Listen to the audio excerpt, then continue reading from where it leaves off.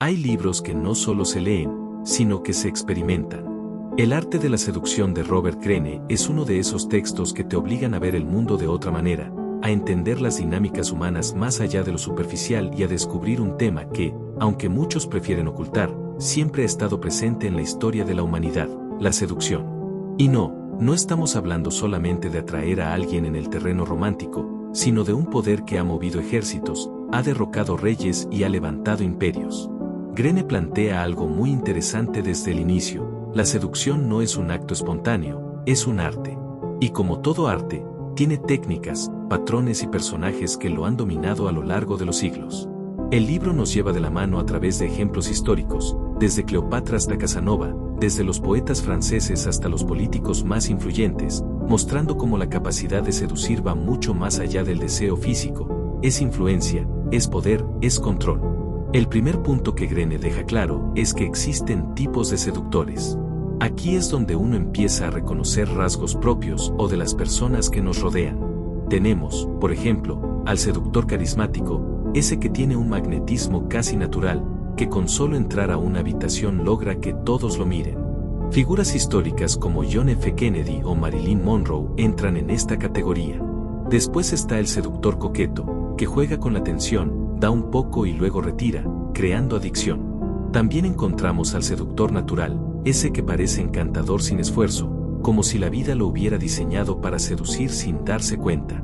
Y claro, no falta el conquistador frío y calculador, que se mueve con estrategia y precisión quirúrgica, como Napoleón Bonaparte. Una de las frases más potentes del libro es: la seducción es un juego de apariencias y emociones, no de realidad. Y esto es brutal porque nos revela que gran parte de la atracción no está en lo que somos en esencia, sino en lo que proyectamos. Aquí Greene toca un punto clave: las personas rara vez se sienten atraídas por lo obvio o lo fácil. En realidad, lo prohibido, lo misterioso y lo inalcanzable son mucho más poderosos. Si pensamos en Cleopatra, por ejemplo, ella no era solo belleza. Su gran poder fue su inteligencia y su capacidad de teatralizar la seducción. Se dice que cuando fue a encontrarse con Julio César, en lugar de entrar como cualquiera, se envolvió en una alfombra y apareció frente a él como si saliera de un truco de magia. Esa teatralidad fue la que la convirtió en inolvidable. Greene nos enseña con esto que la seducción es un espectáculo, y que quien controla el escenario controla la atención. Otro punto fundamental del libro es que la seducción siempre se alimenta del deseo de la otra persona, pero no del deseo evidente, sino de aquello que ni siquiera sabe que anhela. Greene lo llama tocar la fibra sensible.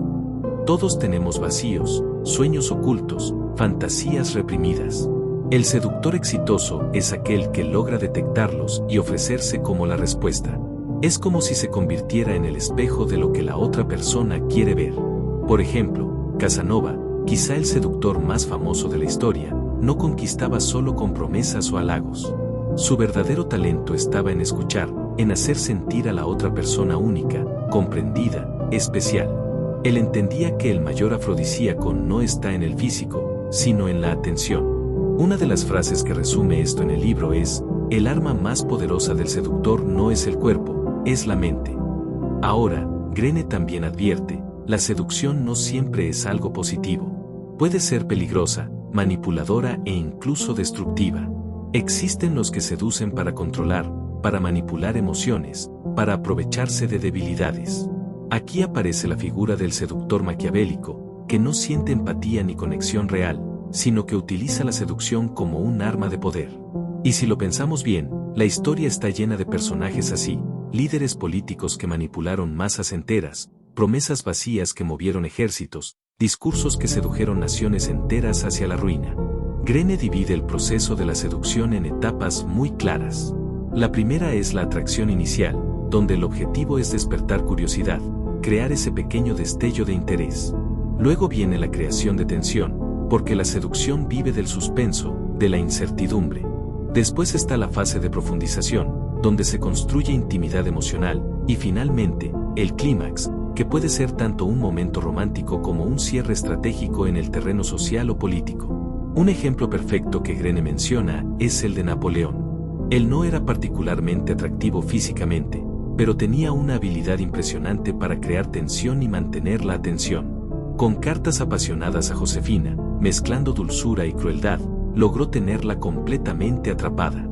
Aquí entendemos que la seducción no se trata de ser el más guapo, sino de saber jugar con las emociones como un pianista toca un instrumento. El libro también habla de los errores fatales en la seducción. El primero es la impaciencia.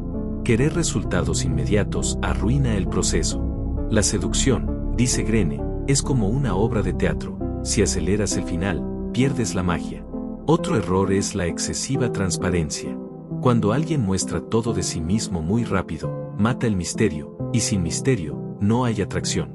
Y quizás el más grave, enamorarse del propio poder de seducir, porque ahí es cuando la manipulación se vuelve evidente y se pierde el control. Lo fascinante de este libro es que, aunque muchos lo ven como un manual de conquista amorosa, en realidad es mucho más.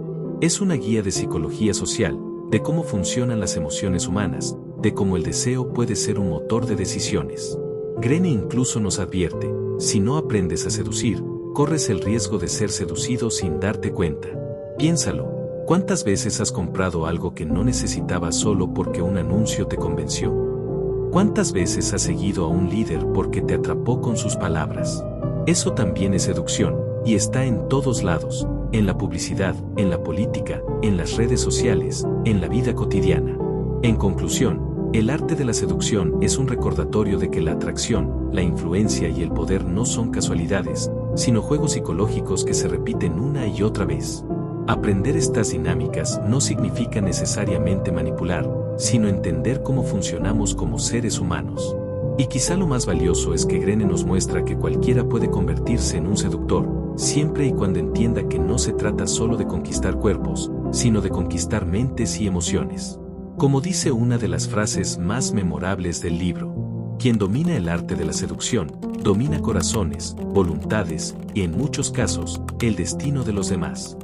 Así que la próxima vez que veas a alguien brillar sin explicación, a un líder que mueve multitudes, a una persona que atrae sin esfuerzo, probablemente estés viendo a un maestro de la seducción en acción. Si te gustó el video, suscríbete, deja tu like, comparte y nos vemos en el siguiente video orador.